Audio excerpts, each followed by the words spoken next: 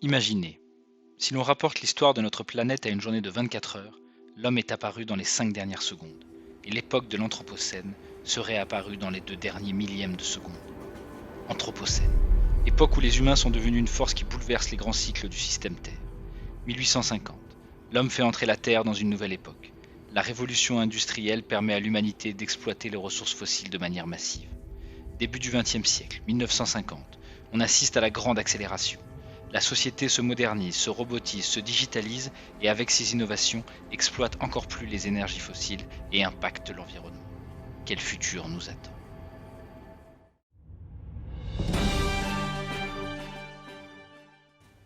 Un reportage sur l'Anthropocène signé Alice Pivot et Monsieur K pour Fin du Monde Production. Bonsoir, je suis Phil Good et bienvenue dans cette édition du 17 novembre 2030. Aujourd'hui, les grands leaders de ce monde se sont réunis à la COP35, la dernière comme ils aiment à le rappeler. Dans un long discours, ils se sont félicités sur l'avènement du numérique responsable, la transformation réussie de nos industries et l'apparition de ce nouveau modèle, l'éco-entrepreneuriat.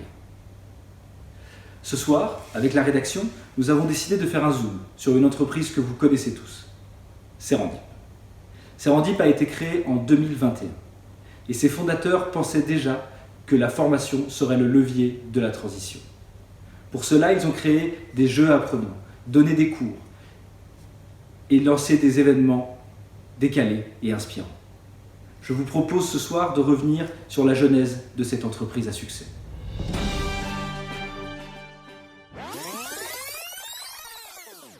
Dans les années 2000, 3 entrepreneurs se lancèrent dans l'organisation logistique de voyages, de séminaires et de voyages apprenants. Ils montèrent jusqu'à 20 bureaux opérationnels dans le monde. Ils devinrent des professionnels de la logistique et de l'art du récit. Vendre des voyages, c'est vendre du rêve. En route, ils développèrent un logiciel, puis une plateforme collaborative, avant de prendre conscience des limites planétaires Et du futur incertain qui les attendait et attendait leurs entreprises. Aussi ils se formèrent, partageant leurs apprentissages avec leurs associés et leurs équipes. Et ils prirent conscience qu'il fallait former pour transformer. Pour cela, il faut du contenu impactant et une pédagogie nouvelle. C'est ce qu'ils firent en créant Serendip. Un excellent reportage qui, je suis sûr, vous aura donné envie de vous former à l'éco-entrepreneuriat. On vient de m'annoncer dans l'oreillette que Serendip ouvre aujourd'hui sa 6e antenne en Asie et projette d'ouvrir une antenne sur la Lune.